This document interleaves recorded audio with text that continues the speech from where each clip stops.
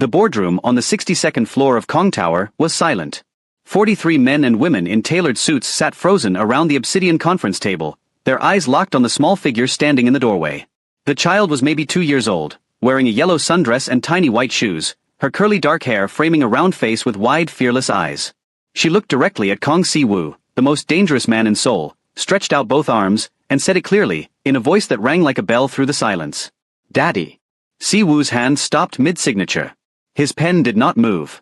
His jaw did not move. Nothing moved except the blood draining from the face of the woman standing behind the child, his secretary, Adiz Chinasa Obi, whose entire world had just collapsed in a single word. Stay with me, because this story will not let you go. Like, share and subscribe, and comment I stayed so I know my real ones are watching. 14 months earlier, Adiz Chinasa Obi had stepped off the subway at Gangnam Station with exactly 43,000 won in her bank account, a freshly printed resume in a manila folder, and the kind of quiet, burning determination that only people who have survived real poverty understand. She was 26 years old. Nigerian. Born in Enugu, raised between Lagos and London after her mother remarried, then transplanted to Seoul 3 years ago on a scholarship that had since expired. Her student visa had been converted to a work visa by the skin of her teeth and the grace of an immigration lawyer who owed her former professor a favor. She spoke fluent Korean, passable Japanese, and the kind of English that made British people assume she had gone to boarding school. She had not. She had learned to speak that way because people listened differently when you sounded like you belonged in rooms they wanted to keep you out of. The job listing had been simple. Executive Secretary to the Chairman of Kong Industrial Group. Fluent Korean required. Discretion mandatory. Salary generous. What the listing had not mentioned was that Kong Industrial Group was the legitimate face of one of Seoul's most powerful crime families. And that its chairman, Kong Si-woo, was not merely a businessman. He was the paksa. The doctor. A man whose reputation was built not on violence, though he was capable of it, but on an almost surgical precision in the way he dismantled anyone who stood against him. Rivals. Allies who got greedy.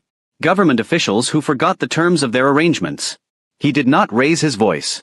He did not threaten. He simply made things happen, and the people who had crossed him woke up one morning to find that their bank accounts were empty, their allies had vanished, and their names had been erased from every room that mattered. He was 34 years old, sharp-jawed, with a kind of stillness that made you check the exits. He wore hand-tailored charcoal suits and kept his black hair cut short, close to the scalp. On his left wrist, visible whenever his sleeve pulled back, was a tattoo, an intricate design that wound from his wrist to just below his elbow. It was a pattern most people could not quite place, a Korean dragon intertwined with an adinkra symbol, the dwenamen, the ram's horns, representing humility and strength. No one in his world knew why it was there. No one asked. Adiz had noticed the tattoo in her first interview. She had noticed it because she recognized the adinkra symbol instantly and had almost said something. Almost. But she had taught herself, long before Seoul, that the things you notice and do not mention are the things that keep you safe. She got the job. The first 3 months were unremarkable in the way that serving a powerful man is always unremarkable on the surface and exhausting underneath. Si-woo demanded precision. His schedule was planned to the quarter hour. His correspondence was handled in 3 languages.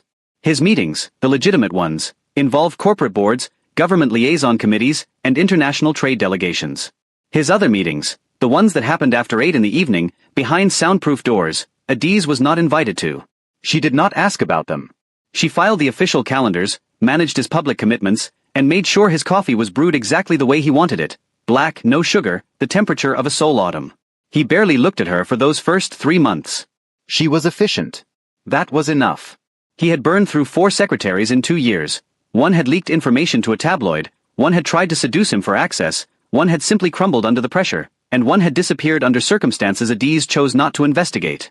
She lasted because she understood the unspoken rules. Do your job. Do not flinch.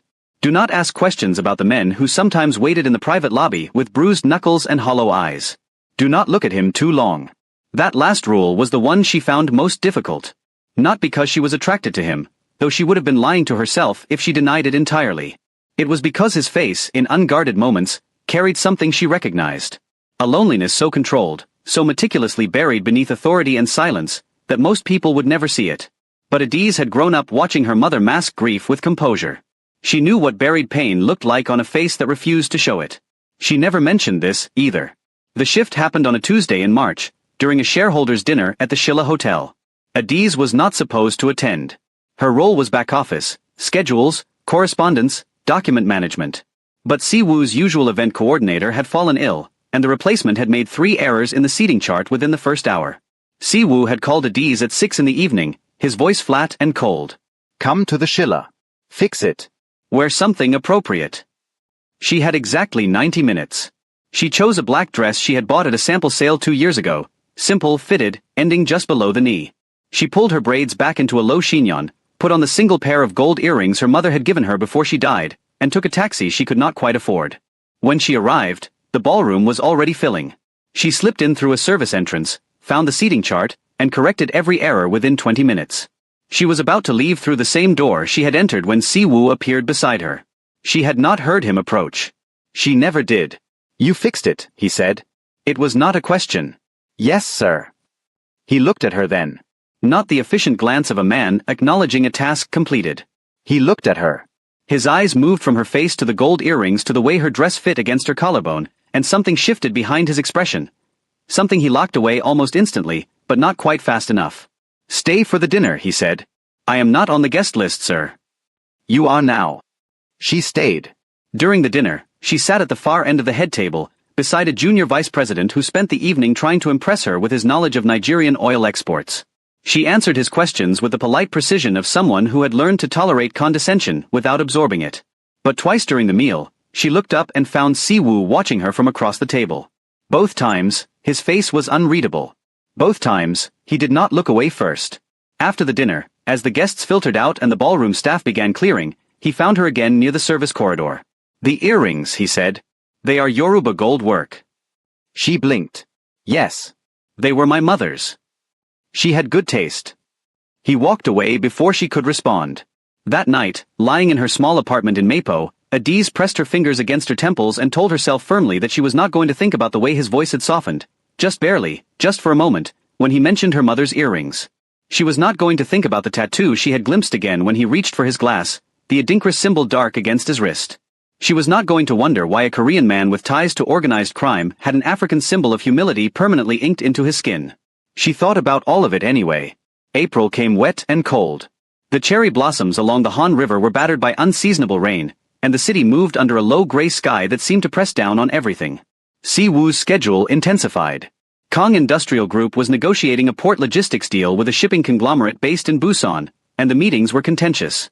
The Busan Group was led by a man named Director Yoon, who had a reputation for aggressive tactics and a personal vendetta against the Kong family that predated Siwoo's leadership.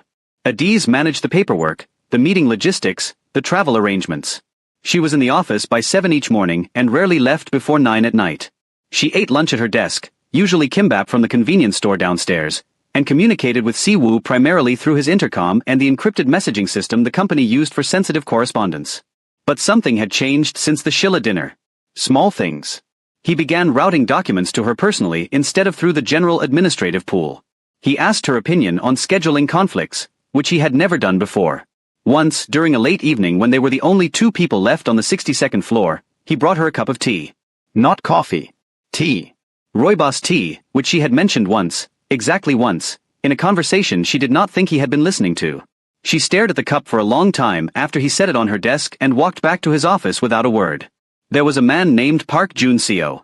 He was Siwoo's chief of staff, his closest professional confidant and the person who managed the boundary between Kong Industrial Group's legitimate operations and its shadow activities. He was 41, polished, with a smile that arrived easily and stayed too long. He had been with the Kong family since Siwoo's father's time, and he carried himself with the quiet authority of someone who knew where every secret was buried because he had helped bury most of them.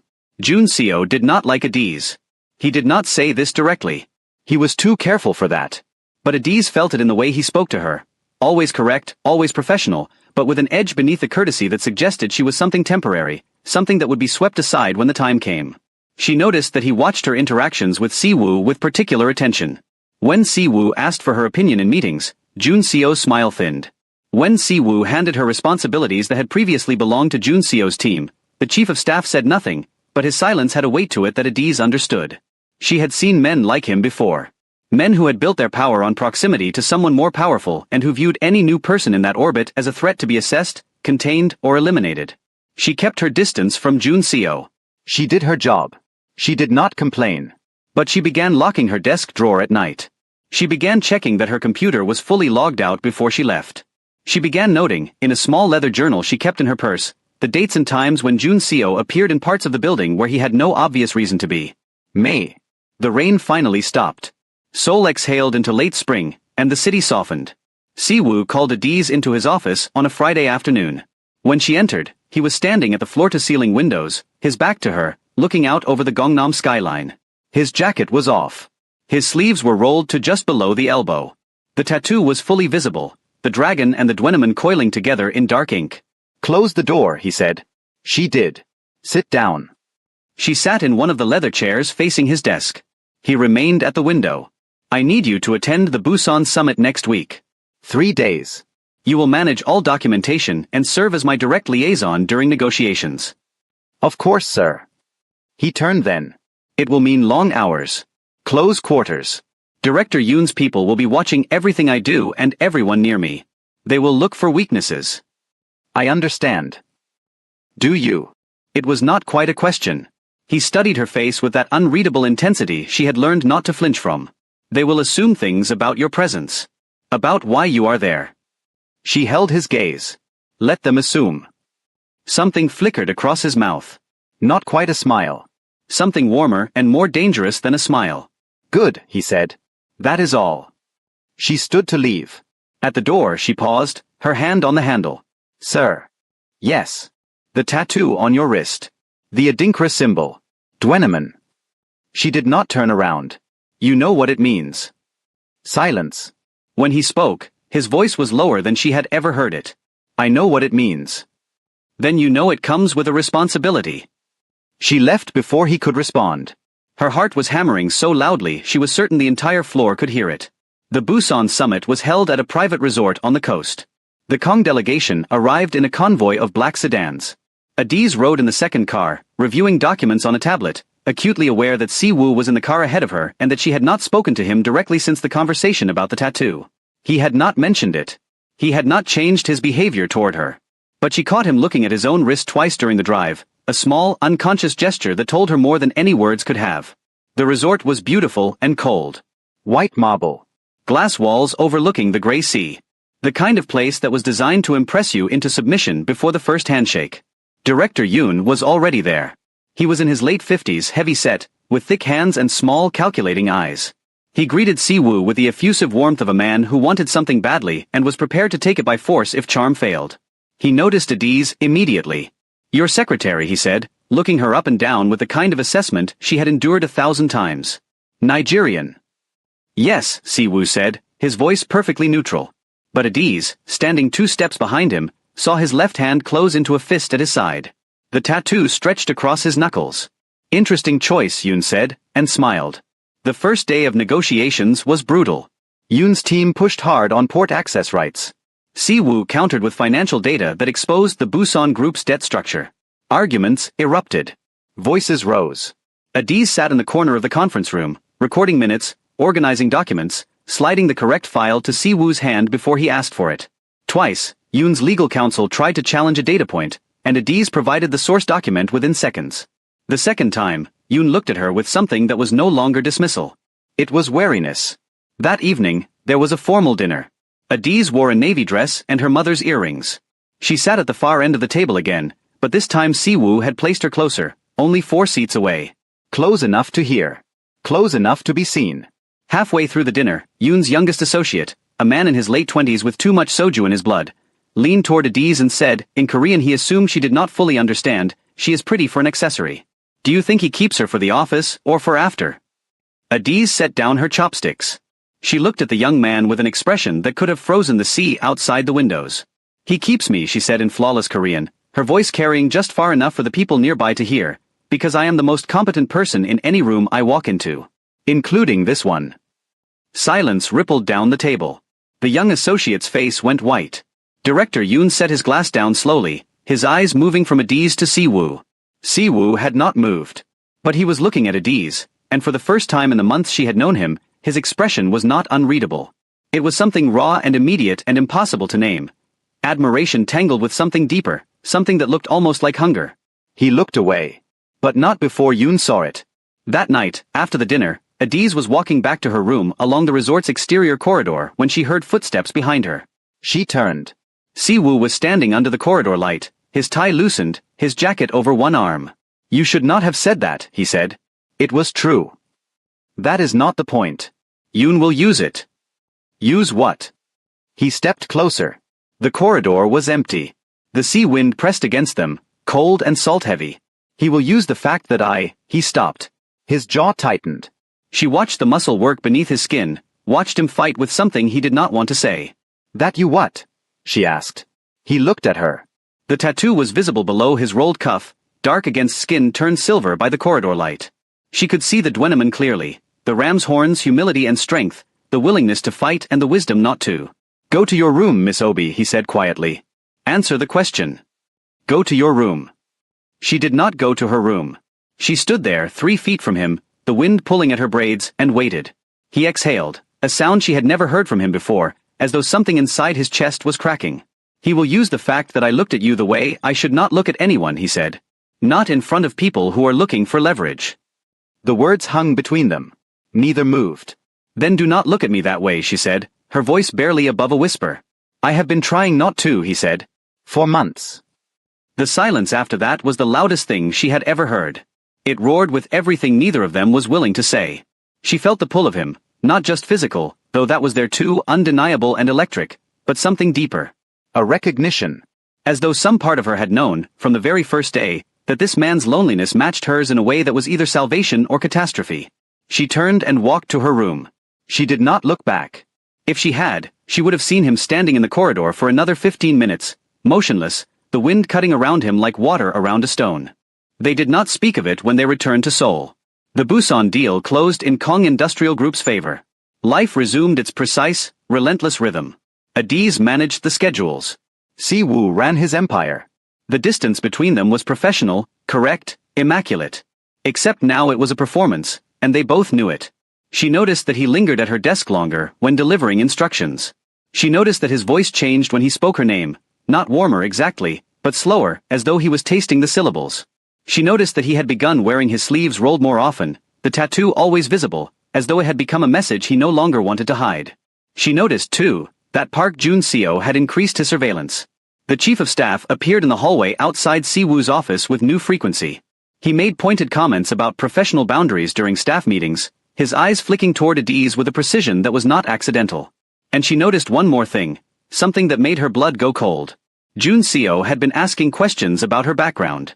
Discreet questions, routed through intermediaries, about her visa status, her family in Nigeria, her financial history. She discovered this because one of the intermediaries, a clerk in the immigration records office, happened to be married to the cousin of a woman Adiz went to church with in Itaewon. The Korean-Nigerian community in Seoul was small, and information traveled through it like current through water. Adiz said nothing to Siwoo. Not yet. She wrote the details in her leather journal, and she began to plan. Because there was something Park Jun-seo was looking for. And if he found it, everything, her job, her visa, her life in Seoul, would come apart. Adiz had a daughter. Her name was Chidinma. She was 18 months old. She had her mother's dark eyes and a laugh that could fill any room she was in. She lived with Adiz's closest friend, a Nigerian woman named Blessing, in a small apartment in Dongdaemun, 40 minutes by subway from Kong Tower. The father was a man Adiz did not speak about. A Korean man she had met during her final year of graduate school, brilliant, charming, and ultimately married, a fact he had concealed until Adiz was 4 months pregnant and had already given him her whole heart.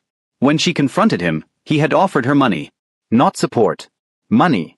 The kind of money you give someone to make them disappear. She had refused it, and he had vanished from her life with the thoroughness of a man who had done this before. She had considered going home to Nigeria. But her mother was dead, her stepfather had made it clear that an unmarried daughter with a baby was not welcome under his roof, and the scholarship network that had brought her to Seoul had quietly offered to help her find work, as long as she kept a low profile, maintained her visa, and did not become a complication. So she had done what women like her had always done. She had survived. She had found Blessing, who watched Chidinma during the day. She had found the job at Kong Industrial Group, which paid enough to cover rent, childcare, and the bare minimum of everything else. And she had built a wall around her daughter's existence so thick and so complete that no one in her professional life knew Chidinma was alive. Not her colleagues. Not the HR department, whose form she had filled out with deliberate omissions. Not Siwoo. This was not deception for its own sake. This was survival. A single Nigerian mother working as secretary to a man whose organization operated in shadows, The vulnerability was too great. If Jun Seo found out, he would have leverage. If Siwoo found out, she did not know what would happen, and the not knowing was worse than anything.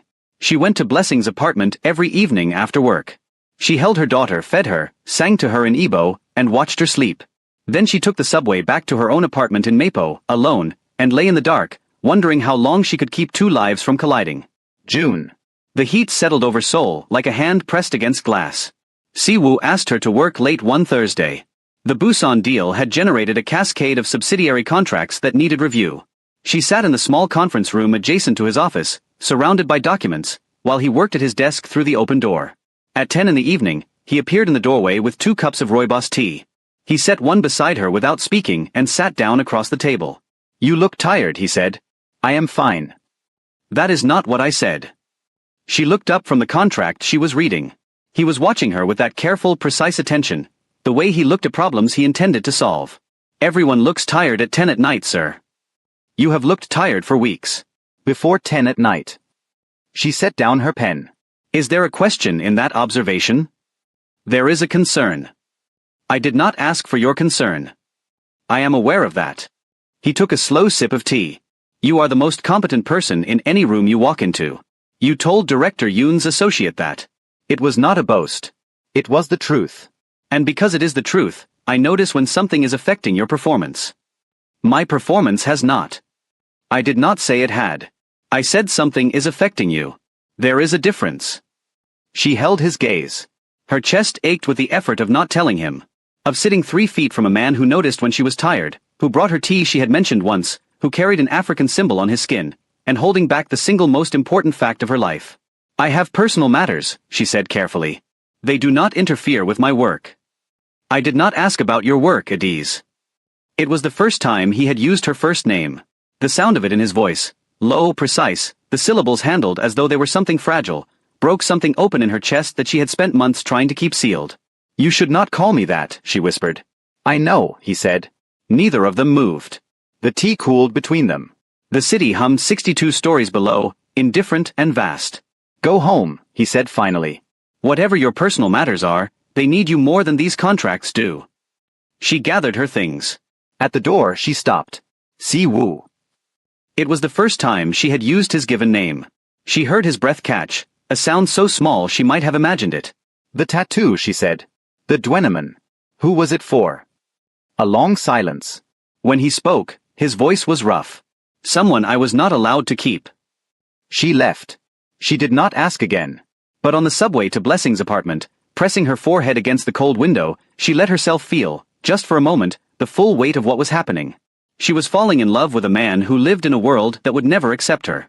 She was hiding a child from a man who had just revealed, in 4 quiet words, that he understood loss. And somewhere behind her, in the polished corridors of Kong Tower, Park Jun Seo was getting closer to the truth. The phone call came on a Saturday morning. Adiz was at Blessing's apartment, watching Chidinma stack wooden blocks on the living room floor, when her phone buzzed with an unknown number. "Miss Obi." The voice was smooth, measured, instantly recognizable. "Jun Seo." "I apologize for disturbing your weekend." Her blood froze. She stood and walked to the kitchen, out of Chidinma's earshot. "How did you get this number, Mr. Park?" "You are an employee of Kong Industrial Group. Your contact information is on file." "My personal number is not." A beat of silence. His silence was different from Siwoo's. Siwoo's silence was restraint. Jun Seo's was calculation. "I will get to the point," he said. "I have been reviewing employee records as part of a routine compliance audit. Your file has some inconsistencies." "Such as?" "Your listed address is in Mapo. But our security team has noted that you frequently travel to Dongdaemun in the evenings." "To a residential building." "And you remain there for 1 to 2 hours before returning to Mapo." Her hand tightened on the phone until her fingers ached. "Are you surveilling me, Mr. Park?" "I am ensuring the security of this organization. The chairman's personal secretary has access to sensitive information. Any irregularity must be investigated." "There is no irregularity." "Then you would not object to clarifying the nature of your visits to Dongdaemun." "I visit a friend. Every night." "I have a close friend who lives there. I visit regularly. That is not a corporate matter." Another calculated pause. "Of course." "I am sure it is nothing." I simply wanted you to know that the audit is ongoing. Transparency benefits everyone, Miss Obi. He hung up. Adiz set the phone down on the kitchen counter and pressed both hands against the tile until her breathing steadied. When she returned to the living room, Chidinma looked up from her blocks and smiled, a wide, trusting, beautiful smile that split Adiz's heart in two. Mama, Chidinma said, and reached for her. Adiz picked her up and held her so tightly that the child squirmed in protest.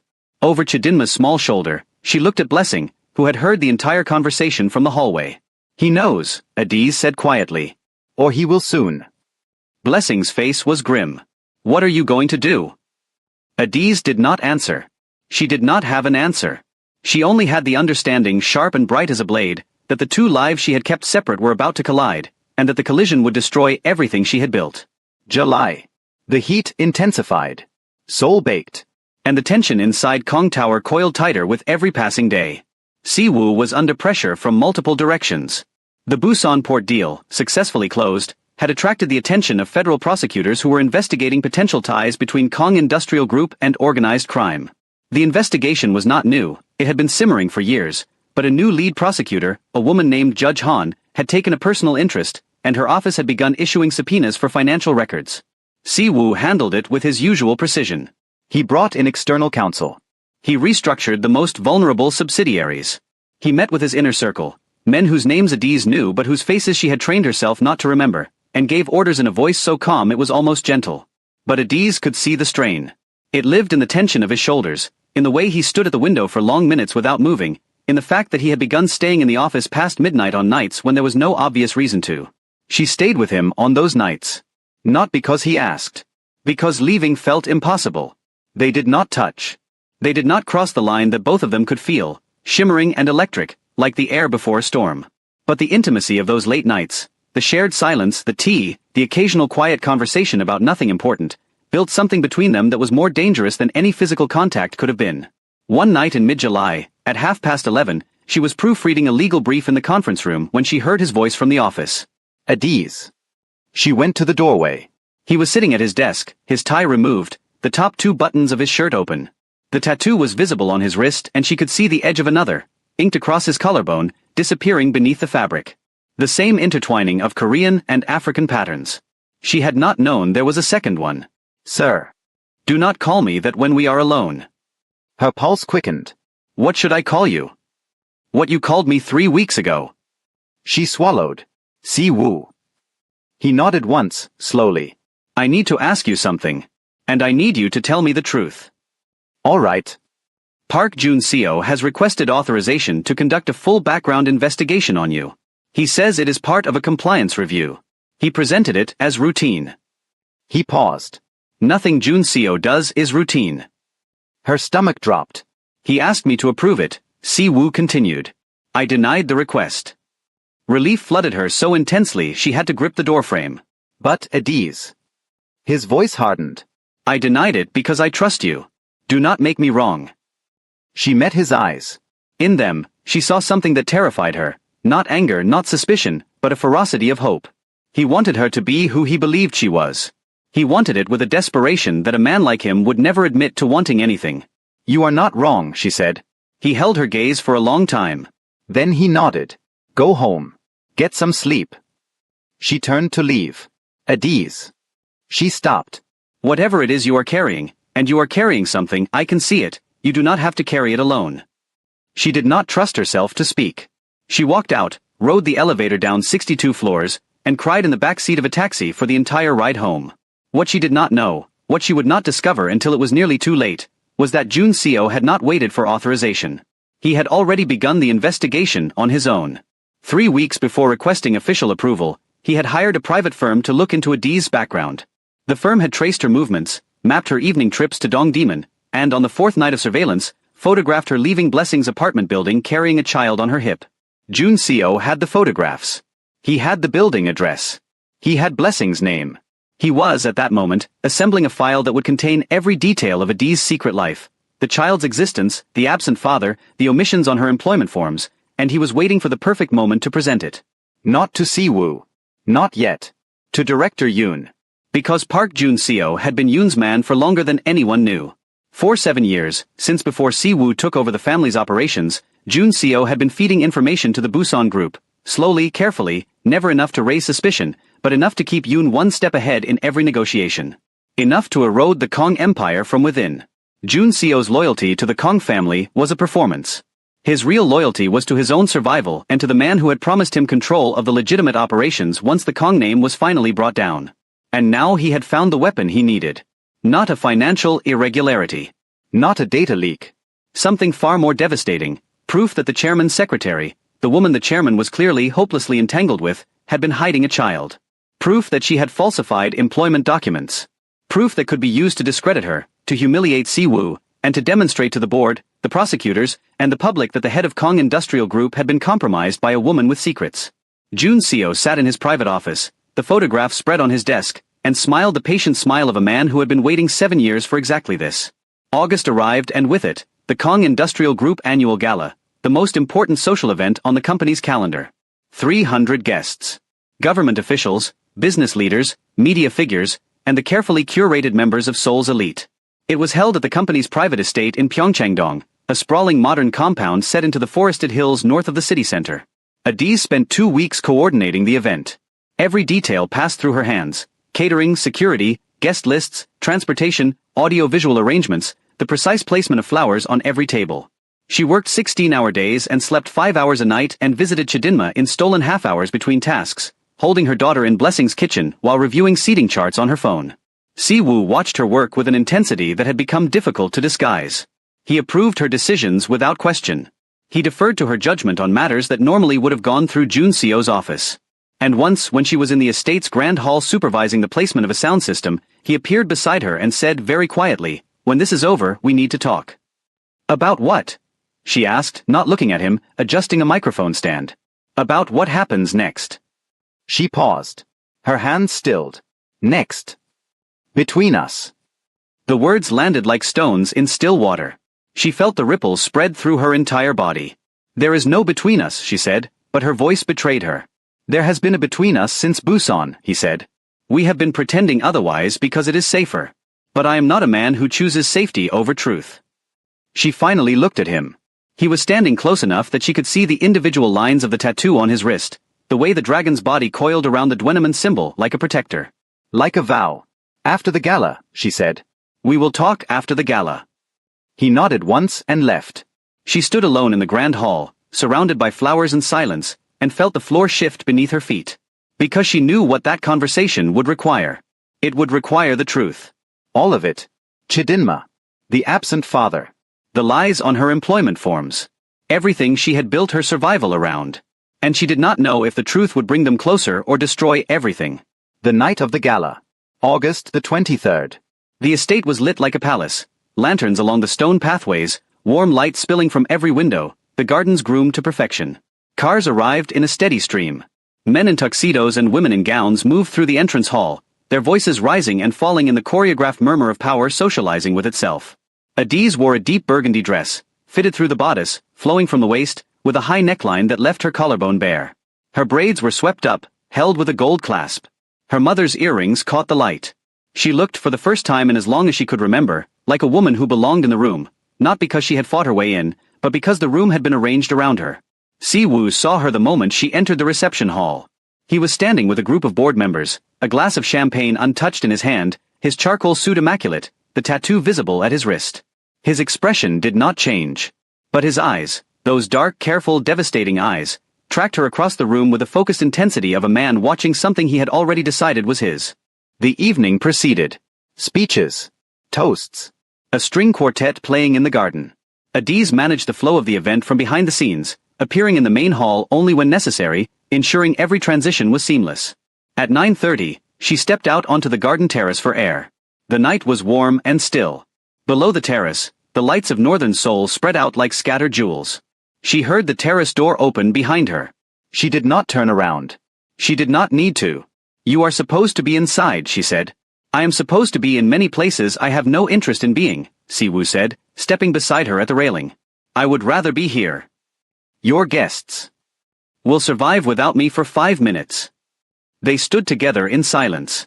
The string quartet's music drifted up from the garden below, something slow and aching, a piece she did not recognize but that seemed to match the rhythm of her heartbeat. After tonight, she said. You said we would talk. Yes. There are things I need to tell you. Things that will change how you see me. He was quiet for a moment. Nothing will change how I see you. You cannot promise that. I can. He turned to face her. I have seen you. Not the version you show the office. Not the competence or the composure. I have seen the woman underneath, the one who holds everything together by sheer will and refuses to let anyone close enough to help. I see her. And nothing you tell me will make me unsee her. Her eyes burned. She blinked hard, refusing to let the tears fall. Not here. Not in front of 300 guests and the staff and the security cameras. You do not know what you are saying, she whispered. I know exactly what I am saying. He reached out and for the first time touched her. His fingers closed around her wrist, gently, precisely, the way you hold something you are afraid of breaking. His thumb rested against her pulse. Your heart is racing, he said. I know. So is mine. They stood like that for a long moment, his hand on her wrist, her pulse hammering against his thumb, the city glowing beneath them and the music rising from the garden like a prayer. Then the terrace door opened again, and they separated instantly, a practiced distance, seamless, as though they had been standing apart the whole time. It was Junseok. Chairman Kong, he said, his voice silk over steel. Director Yoon has arrived. He is asking for you. Si-woo's expression hardened. Yoon was not on the guest list. He was added at the last moment. By the board. They felt his presence would signal goodwill after the Busan negotiation. Junseok's eyes moved to Adiz, then back. He has brought a guest as well. Who? Junseok smiled. It was the smile of a man who had been waiting for this moment for 7 years. His guest is already inside. I believe you should see for yourself. Si-woo looked at Adiz.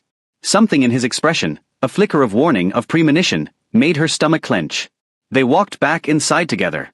The reception hall was exactly as they had left it, glittering warm, alive with conversation and music. Director Yoon was standing near the center of the room, his bulk draped in an expensive suit, a champagne flute in his thick hand. He was smiling broadly at the circle of board members surrounding him. But it was not Yoon that made Adiz stop breathing. Standing beside Yoon, holding a glass of sparkling water, her face composed and beautiful and unmistakable, was Blessing. And in Blessing's arms, wearing a tiny yellow dress and blinking at the bright lights of the chandelier with wide, curious, fearless eyes, was Chidinma. Adiz's vision narrowed. The room tilted. Sound became muffled, as though she were hearing everything through water. Blessing's face was stricken, pale beneath her dark skin, her eyes wide and terrified, locked onto Adiz with an expression that screamed I had no choice.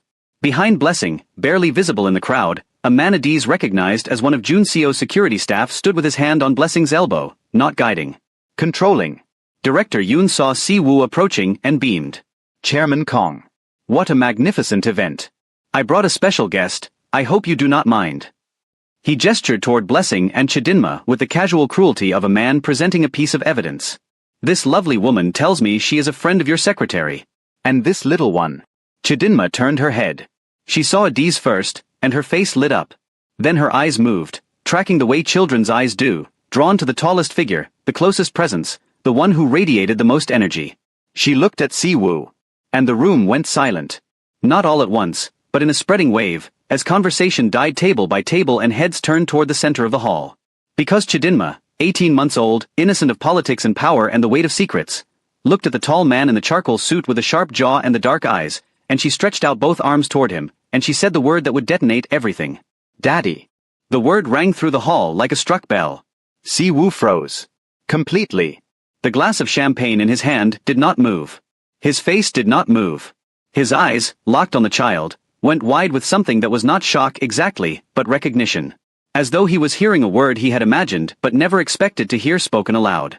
300 pairs of eyes stared. Phones emerged from pockets. Board members exchanged glances.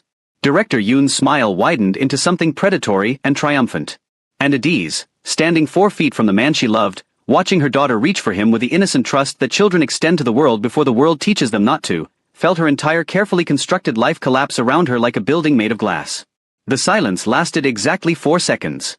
In the architecture of a crisis, 4 seconds is an eternity.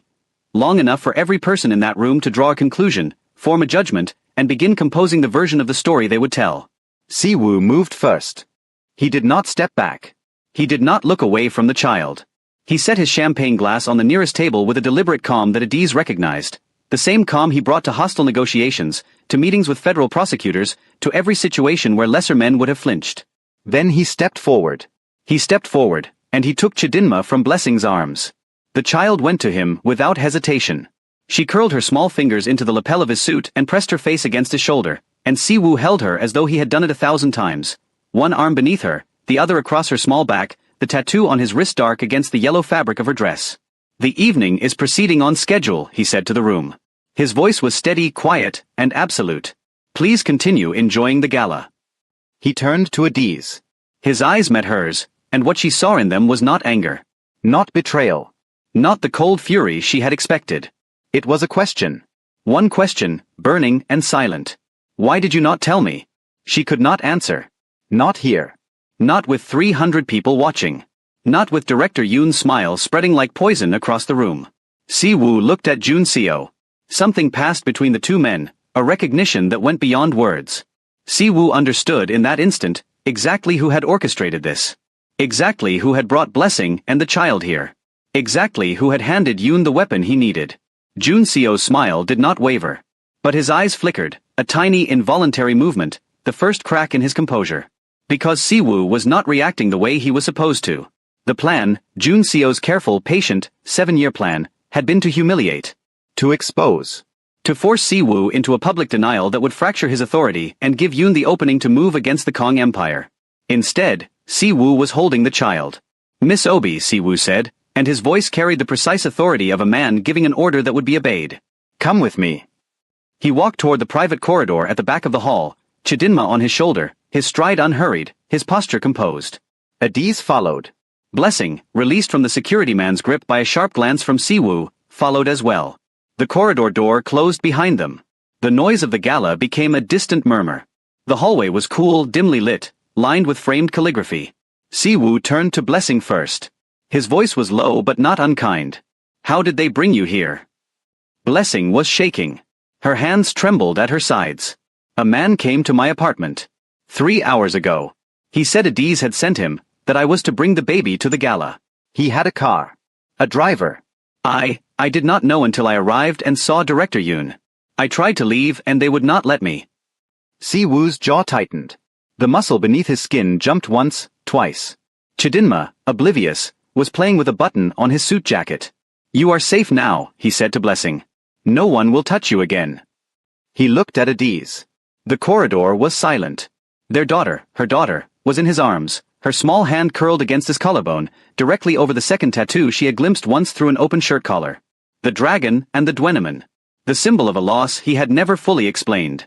"She is yours," he said. Not a question. Yes. How old? 18 months. The father. Adiz's throat closed. A man who is no longer in our lives. He left before she was born. Siwoo nodded slowly.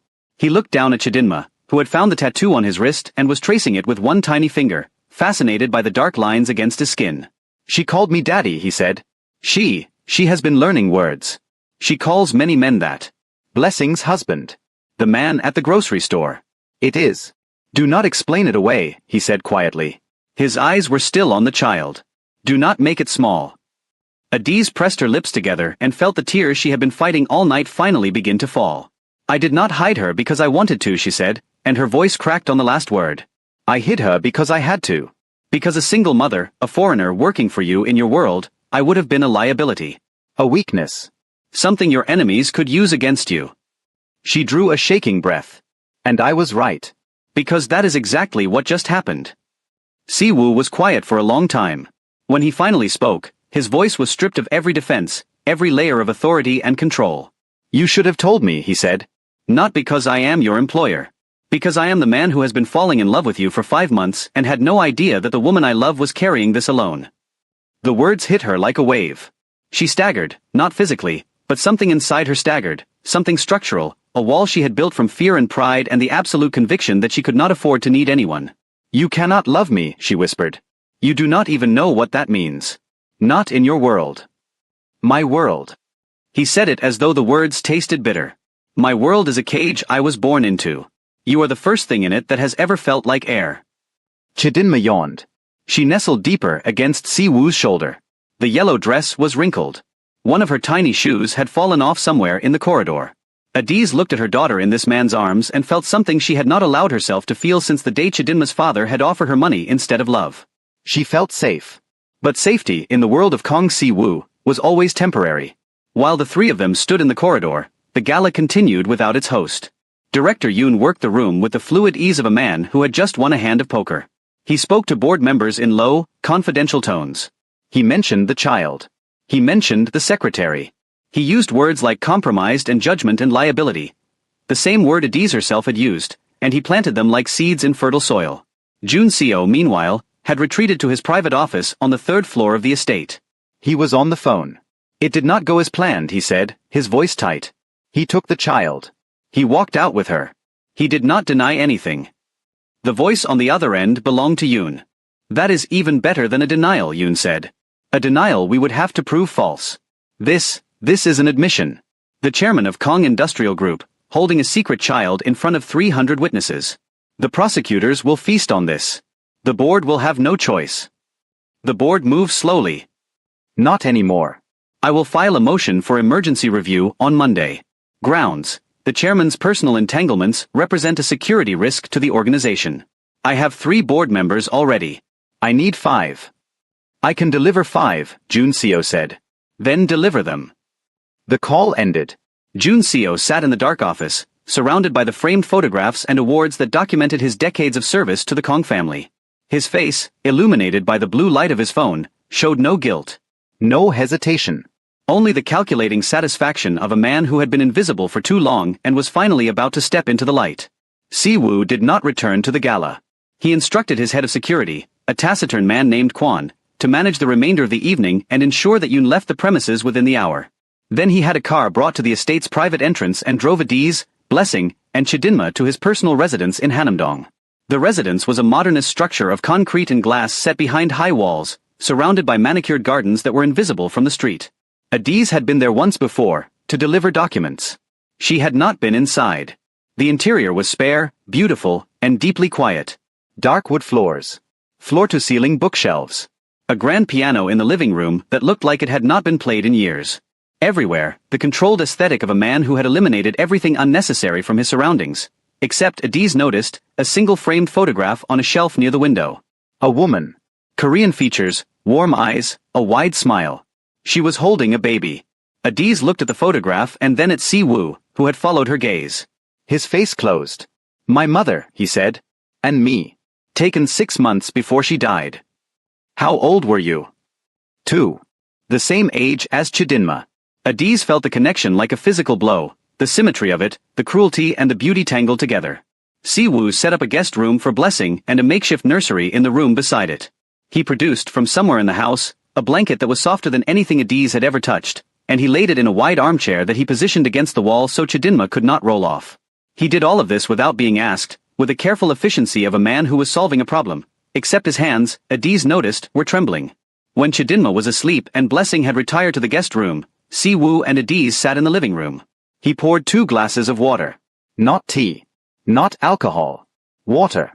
As though they both needed to be completely clear for what was coming. Tell me everything, he said. She told him. All of it. The scholarship. The graduate school relationship. The married man who disappeared. The pregnancy she had faced alone. The stepfather who had turned her away. Blessing. The job at Kong Industrial Group. The deliberate omissions on her forms. The wall she had built around Chidinma's existence to protect them both. She told it without self-pity, without apology. She told it as fact, the geography of a life shaped by necessity. When she finished, Si-woo sat in silence for a long time. His water was untouched. His hands were clasped between his knees, the tattoo dark against his interlocked fingers. The man, he said finally. The father. Who is he? It does not matter. It matters to me. She hesitated. His name was Lim Sang-jun. He was a professor of international trade at Yonsei. He is still married. He has a family. He never acknowledged Chidinma. Si-woo's expression did not change. But something shifted behind his eyes, something dangerous and cold and absolute. He will not matter anymore, Si-woo said, and the quiet certainty in his voice made the hair rise on Adiz's arms. I do not want revenge, she said quickly. I want safety. For her. That is all I have ever wanted. You will have it. He looked at her then, fully openly, without the careful restraint he had maintained for months. His eyes were raw. You will have safety. For her and for you. I give you my word. Your word. She shook her head slowly. Your word means something in your world. But your world is trying to destroy me right now, Siwoo. Yoon. Jun Seo. You're bored. They will use this. Let them try. They will take your company. Let them try. They will come after me. After my visa. After Chidinma. At ease. He reached across the space between them and took her hands.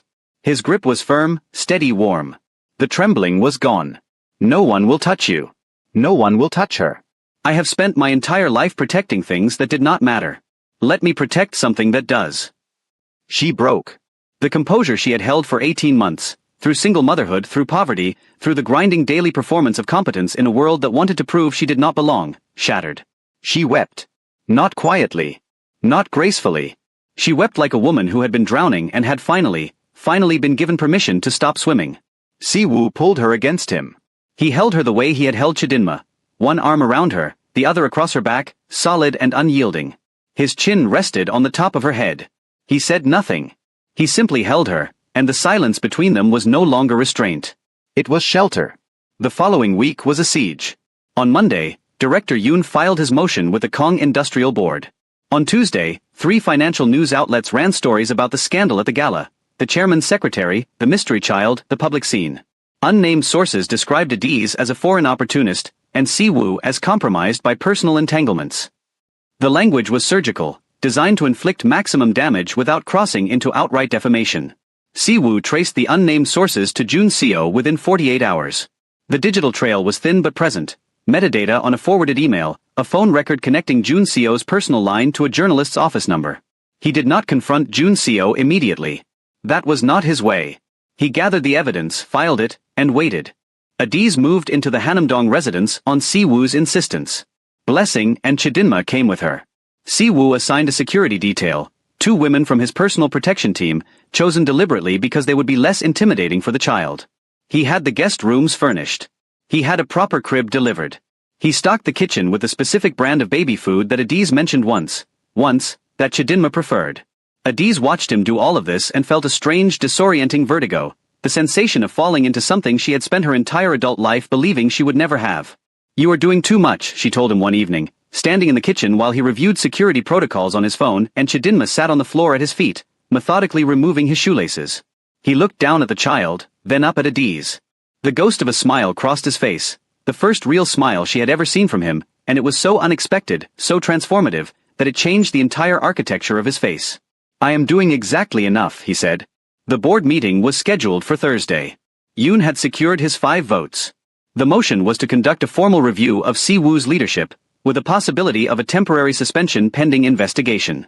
Siwoo prepared for it the way he prepared for everything, meticulously, ruthlessly, with a tactical intelligence that reminded Adiz that beneath the tailored suits and the quiet voice, this man had built a criminal empire before he was 30. He brought 3 things to the boardroom. The first was Adiz. She sat beside him, not behind him, not at the far end of the table, but beside him, in the seat usually reserved for the chief of staff. She wore a black suit. Her mother's earrings. Her expression was composed, steady, and utterly unafraid. The second was a file. It contained every piece of evidence he had gathered against Park Jun Seo, the connection to Yoon, the leaked information, the unauthorized surveillance of Adiz, the private security firm hired without company approval, and the orchestrated abduction of a civilian woman and a child to a corporate event. The file was thick. It was devastating. And it had been distributed to every board member's seat before they arrived. The third was his voice. Ladies and gentlemen, Siwoo said, standing at the head of the obsidian table, his jacket buttoned, his posture absolute, the tattoo visible at his wrist as his hands rested on the table's surface. You have been asked to review my leadership on the grounds that my personal life represents a security risk. I am here to show you that the only security risk in this room is the man who has been betraying this company for 7 years. He laid it out. Point by point. Evidence by evidence. The years of leaked intelligence. The Busan connection. The orchestrated humiliation at the gala. The fact that Jun Seo had used company resources to surveil an employee and physically transport a woman and infant child against their will. Jun Seo, sitting at the far end of the table, did not move. His face drained of color in slow degrees, like watching a tide pull back from shore. Director Yoon, attending by video from Busan, disconnected the call halfway through Si-woo's presentation. The screen went dark. The board sat in ringing silence.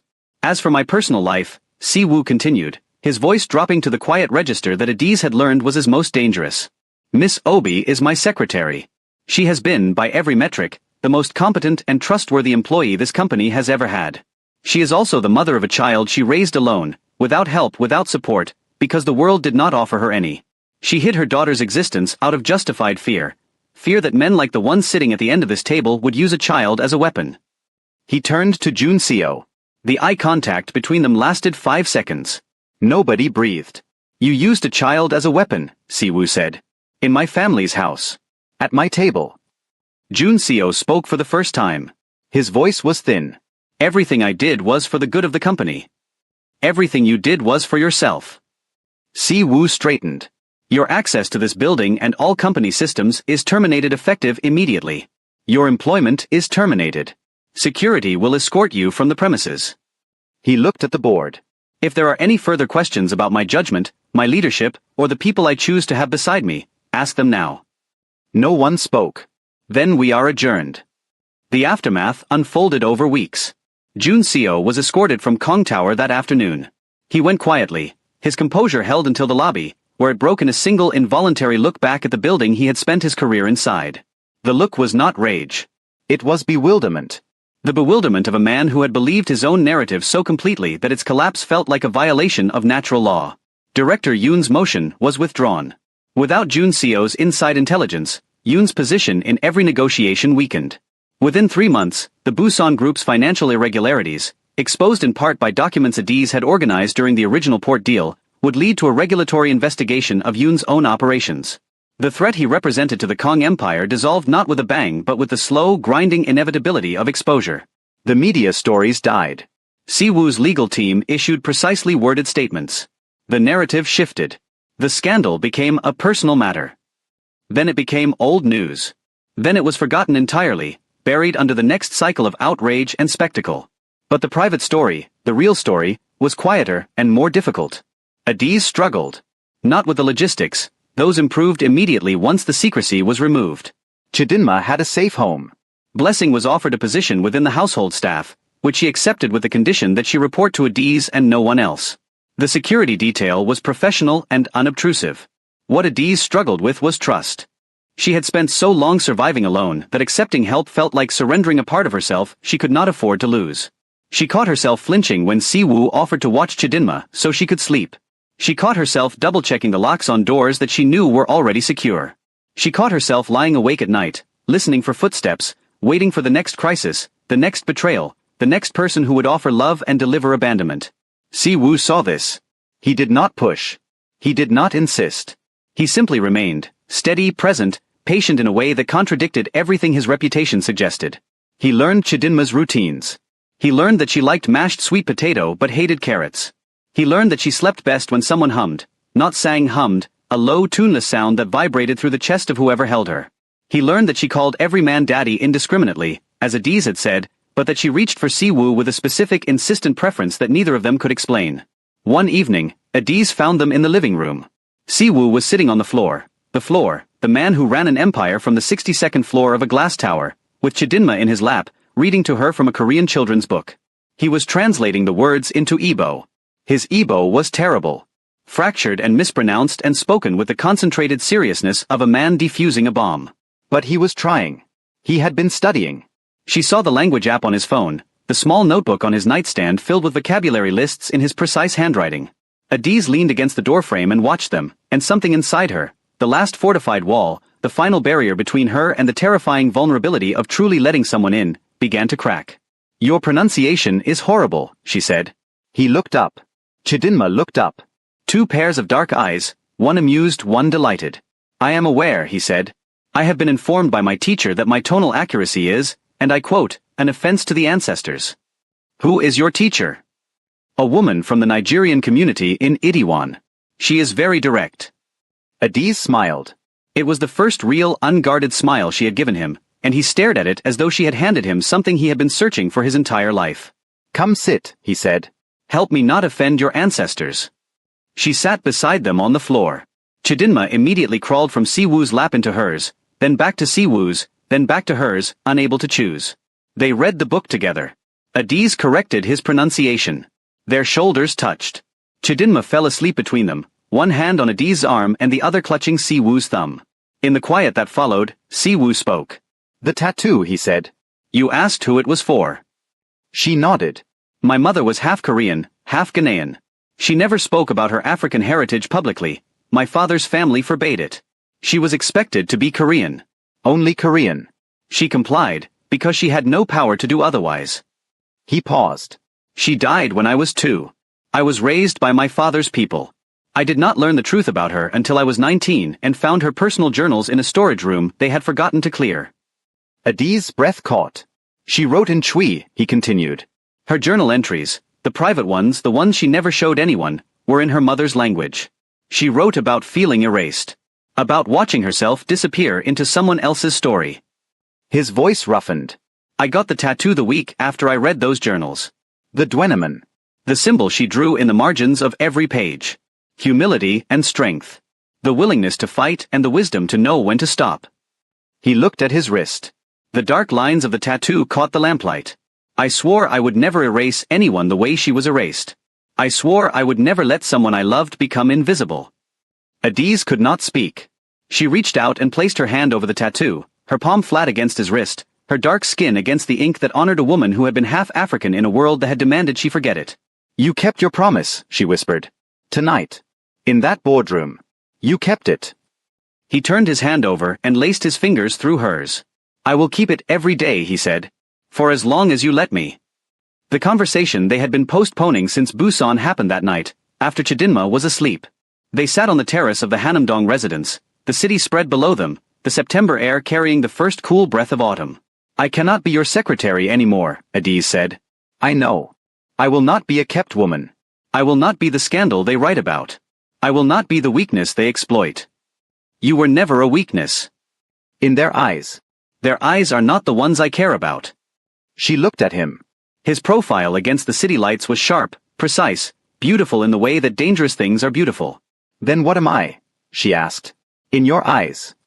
He turned to face her. He reached up and, with exquisite care, touched the gold earring at her left ear, her mother's earring, the one she had worn the night everything changed. "You are the woman I want to build something with," he said. "Not an arrangement. Not a performance. Something real. A life that has room for a child who calls me daddy and a woman who challenges me in languages I am still learning to speak." She laughed, a wet, broken, beautiful sound. "You are asking me to trust you," she said. "Yes." "After everything." "Yes." "That is the hardest thing you could ask." "I know." He held her gaze with the steady intensity that she had learned was not coldness but commitment. "I am not asking you to trust me today. I am asking you to let me earn it. Every day. For as long as it takes." She looked at him for a long time. She saw the boy who had lost his mother at 2. The man who had found her journals at 19. The leader who had held a stranger's child against his shoulder in front of 300 people and refused to flinch. The person who had sat on the floor and tried to learn Igbo because a little girl deserved to hear her mother's language. "Every day," she repeated. "Every day." She leaned forward and kissed him. It was not a passionate kiss. It was not desperate or dramatic. It was slow, deliberate, precise, the way he did everything. His hand came up to cup her jaw, his thumb resting against her cheek, and she felt the tattoo's raised edges against her skin. She kissed him like a woman who was choosing, for the first time in her life, to stop surviving and start living. When they pulled apart, his forehead rested against hers. "Every day," he whispered. "Every day," she said. The city breathed below them. The autumn air moved through the garden. And somewhere inside the house, a little girl slept peacefully in a crib that a man she called Daddy had chosen for her. The blanket soft, the room warm, the doors locked, and every light left on. 6 months later, on a Sunday afternoon in March, the cherry blossoms along the Han River were finally, perfectly in bloom. Siwoo and Adiz stood in the private garden of the Hanamdong residence, surrounded by a small circle of witnesses, blessing Kwan, the Igbo teacher from Itaewon, 2 of Adiz's university friends who had flown in from London, and Siwoo's maternal grandmother, a 91-year-old Ghanaian Korean woman named Nana Ya who had been located, after decades, through the journals of a daughter she thought she had lost forever. Nana Ya held Chidinma throughout the ceremony. The child wore a white dress with gold trim. She did not cry. She watched everything with her wide, serious eyes, one hand tangled in her great-grandmother's silver hair. The officiant was a judge, not Judge Han from the prosecutor's office, but a family court judge who owed Si-woo nothing and who performed the ceremony with genuine warmth. The vows were spoken in 3 languages, Korean, English, and Igbo. Si-woo wore a charcoal suit.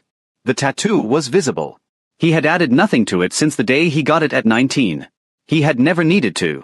The symbol had always meant what it meant, humility and strength, the willingness to fight and the wisdom to know when to stop. He had simply, finally, found someone worth stopping for. Adiz wore her mother's earrings and a dress the color of ivory, and when she said "I do," her voice did not shake. It was clear and strong and certain, the voice of a woman who had crossed oceans and survived betrayals and raised a child alone in a foreign city and emerged, not unbroken. That was a myth she no longer believed in, but undefeated. After the ceremony, Si-woo lifted Chidinma from Nana Ya's arms. The child looked at him with a total trust that had started everything and said the word that, 14 months earlier, had detonated a boardroom, collapsed a conspiracy, and forced 2 people who were desperately in love to stop pretending they were not. "Daddy," she said. Si-woo looked at his daughter, because that is what she was now, legally and irrevocably and in every way that mattered, and he smiled. Not the ghost of a smile. Not the controlled, careful almost smile he showed the world. A real smile. Wide and open and devastating. The smile of a man who had been given the thing he never thought he deserved, and who intended to spend every remaining day of his life proving worthy of it. "Yes," he said. "I am right here." Adiz watched them, her daughter and her husband, framed by cherry blossoms and spring light, and she let herself feel it. All of it. The grief and the joy and the fear and the love, braided together into something that was not perfect but was honest. Something that was not a fairy tale but was, at last, real. She reached for his hand. He gave it without looking, an instinct now, an automatic gesture, as natural as breathing. Their fingers interlaced. The tattoo pressed against her palm. Every day, she thought. Every day. Thank you for staying with me through this story. If you enjoyed this Afro-Korean story, please like, share, and subscribe. Comment the location where you are watching from. And don't forget to hit the bell for more stories that will keep you on the edge of your seat. Until next time, stay safe, stay loved, and never give up on your happily ever after.